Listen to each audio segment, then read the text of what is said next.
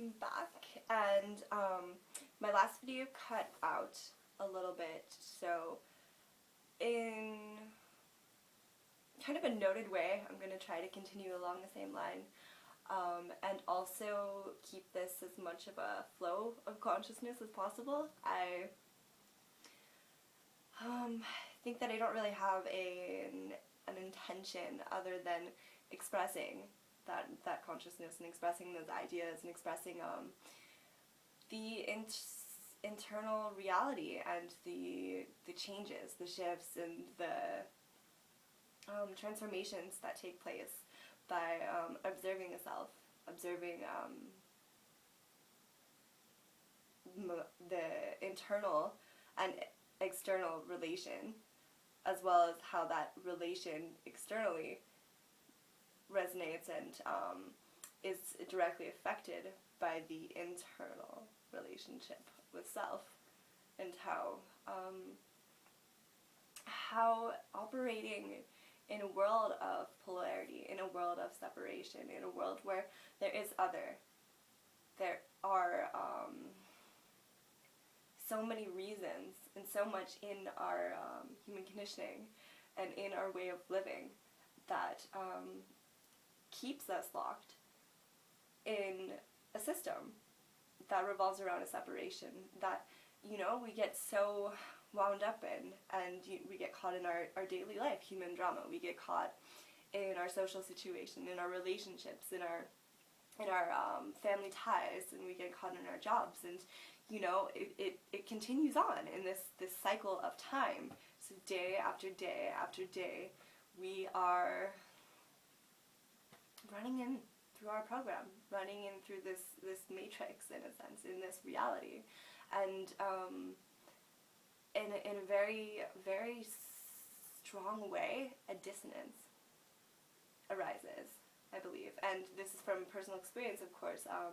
A dissonance arises within the soul, within the spirit, or even just within the psyche, and different things start to surface, like take physical illness and different ailments in of the body, or also psychological disturbances or disorders or depression or emotional anxieties or fears or whatever.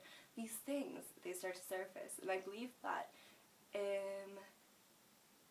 it comes from not listening and not being aware of the inner reality and of the spirit, not coming back into yourself, and realizing that this identity that we are out there searching for and trying to create and trying to be and running in this system mode isn't who we are. Sure, it's you know, being human, it's living, it's life, it's whatever, you know, and it's enjoyable. It's beautiful, the experience itself, but I forget that the experience is just what I'm going through. It's not who I am, and forgetting that, it's almost like, in a sense, we create these difficulties, we create suffering, or we create pain, and this is just even outside of like the structure of how things should be, and then not achieving that structure, and so then therefore winding up disappointed, and it's more so with just the internal aspect of like creating a disturbance in your psyche, or creating a disturbance in your body. And yes, I'm saying that we do this to ourselves. You know, in the concept of oneness or unity, it's obviously all unified. So we do this. We create these things that changes the pace, slows it down, or affects us in a way that makes it very uncomfortable. And it, you know, it can bring in, again, a lot of fear, and then that fear sort of turns into a challenge, and so it's a challenge that moves you back into that dance with the spirit and the ego, And are you going to, are you going to see it now? Are you going to realize it now? Are you going to step back from the reality and this identity that you think you are constantly aiming and going and reaching and trying to achieve, and realize that there's nothing to achieve? There's no identity to be created. You are. And simply that.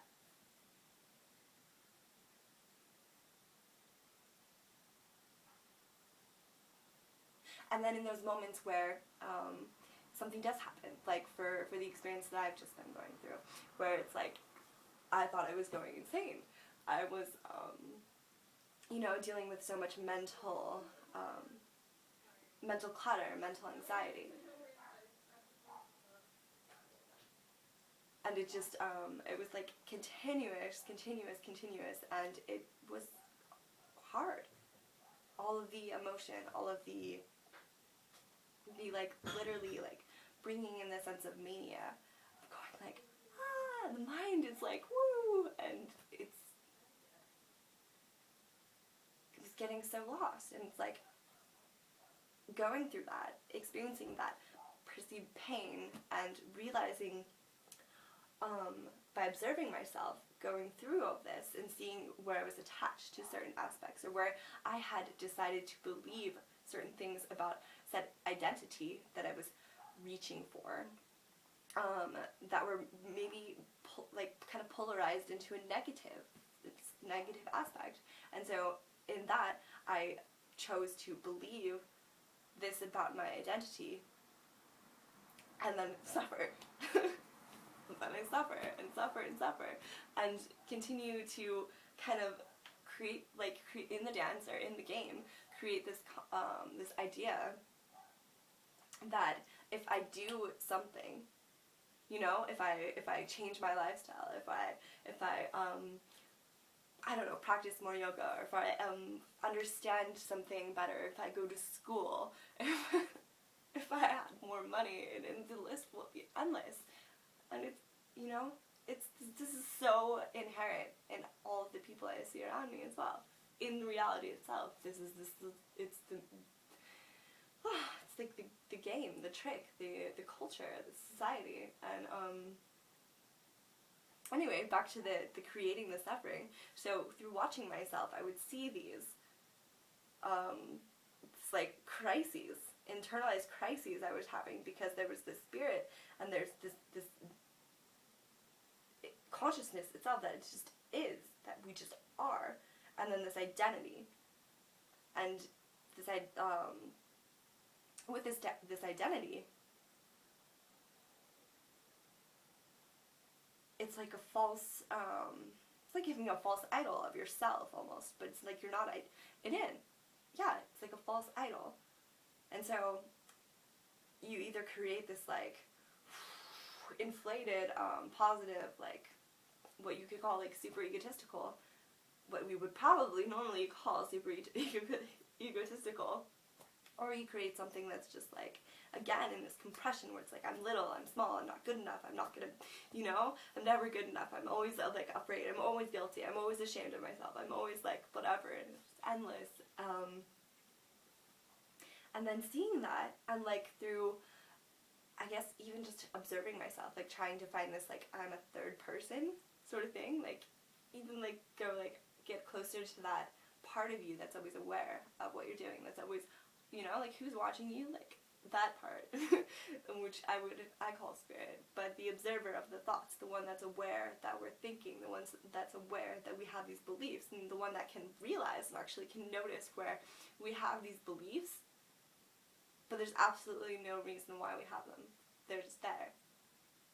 So then we start questioning why you believe something when inwardly, like it's not actually true, that it can't be true, because it contradicts and it interrupts all of these other things that you believe and you actually really do like hold to be true, maybe in your heart, or maybe in just this inner aspect that is left alone or buried or kind of like kicked away, apparently just not really ever gone. But and to see that, so everything starts breaking down. So it's was watching this video about like unlearning, uneducating yourself. So, and you know, it can be called that deprogramming as well. But it's not like you have to deprogram from society itself. It's have to be aware and less involved in the programming.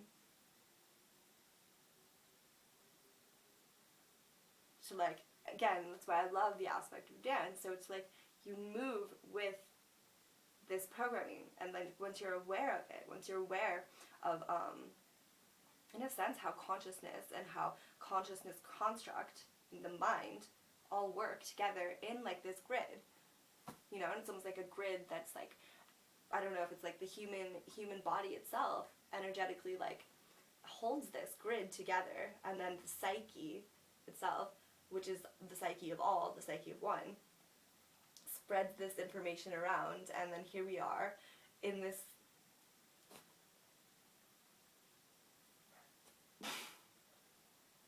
experience. It's just, it's astonishing, it's amazing, it's incredible in itself, you know? And by observing that and being aware of it, it doesn't turn into this whole like, oh no, I have to deprogram myself, I have to pull out of the program, I have to, you know, and then you're like just, again, running into this polarization of the experience. And then you're afraid of being like part of your program, or you're afraid of reality, or you're afraid of the government, or you're afraid of whatever aspect of what's going on, and therefore, in a sense, making it polarized, separation, and then other. So there's some other thing, or other person, or other aspect that is separate from inside, outside. I don't know.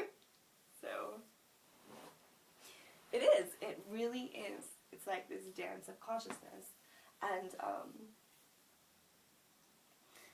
I started watching a lot of the videos that I had been making before, and I noticed, I was like, so we go up in this place, and it's just like, woo, and it's so exciting, and it's like, I totally get everything, and I'm like aware of the dance, and I'm aware of all of this, and then fall back down, and it stops, and pause for a while, and kind of forget it, and I believe that both are part of that.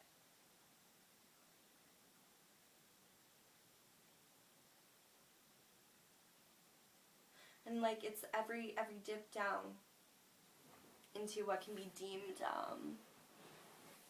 difficult, suffering, or chaotic kind of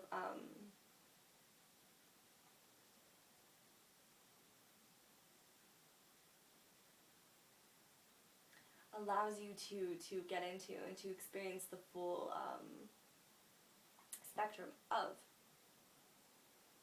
being in a body, being in time, being in program, being in matrix, being in physical form, or whatever you want to call it. And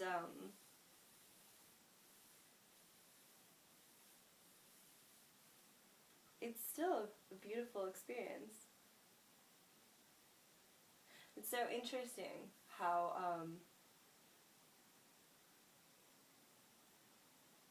difficult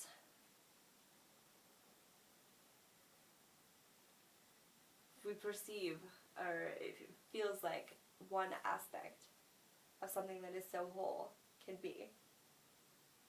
You know, like you think about, well, who wants to be sad? You know, but everybody wants to be happy, right?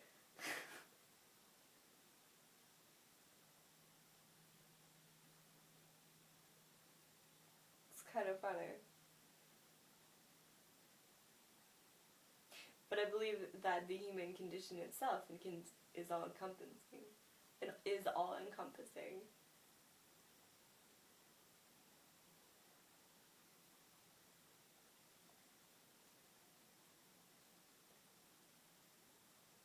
So there's such a charge maybe in the construct of all of it against negative, you know, and this goes back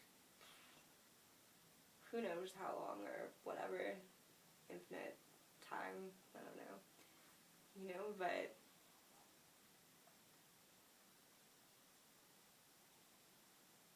do good, don't do bad. It's just a deep wound, or a deep, I don't know, you can't call it anything. Language is so funny when it's deeply ingrained.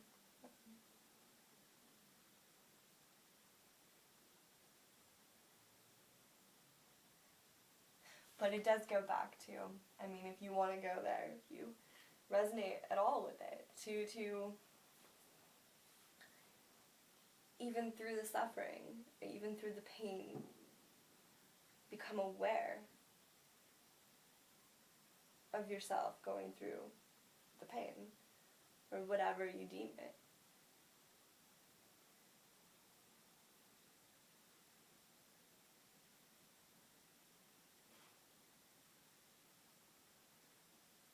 Can't control reality, but you can control reality.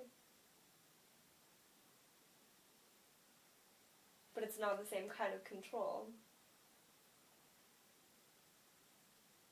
And becoming closer to the fact somehow, even through the construct of ego or mind, or programmed into the fact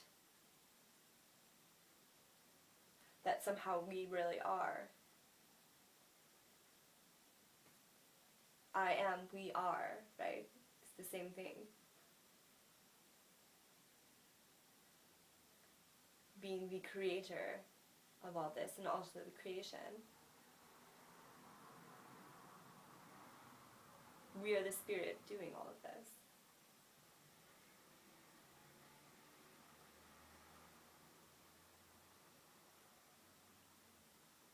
For what purpose, ultimately?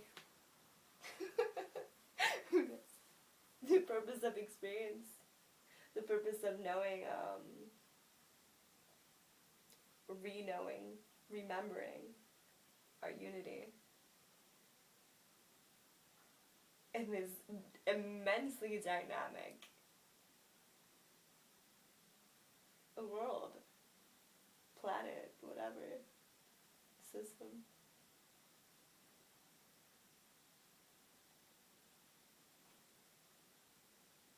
It's really funny, actually. It does. You've stopped charging. And it's so, you know, like, I can say this now, and I can say this because I've had a new, new revelatory experience. Just like, it's just something I already knew. You know, we all know this.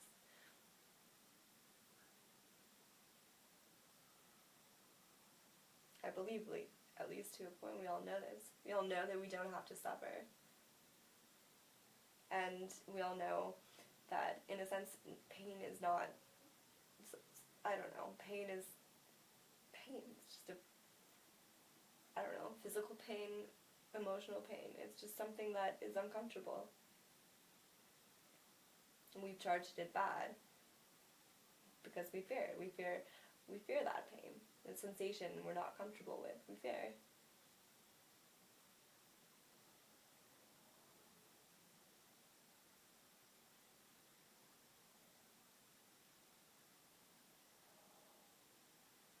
But to move through it and to understand, to really just be present and observe all of the emotions.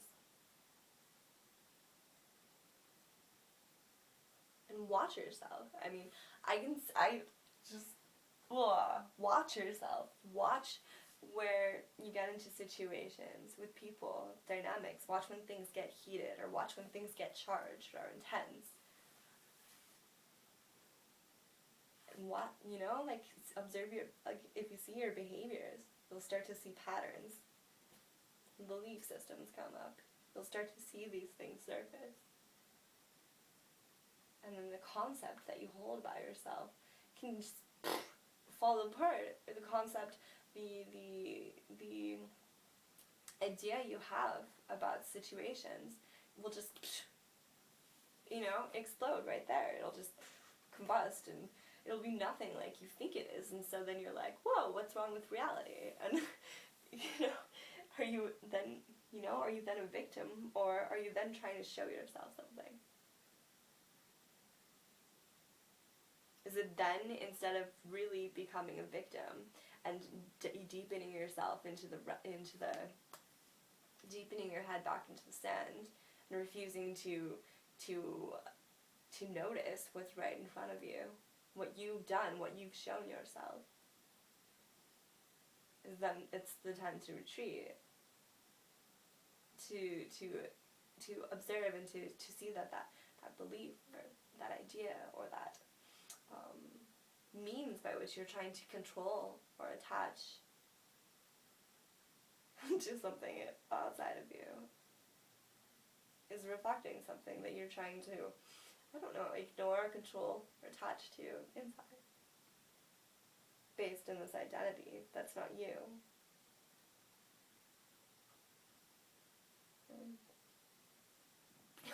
I don't know. Who knows what happens? Who knows what will happen? But if anything, if it's not educational, or if it's not bringing back to something that you're trying, if you're not trying to go back into something, it's enlightening. Self-awareness, right? Enlightening. Yeah. Well, I think I'm going to stop there.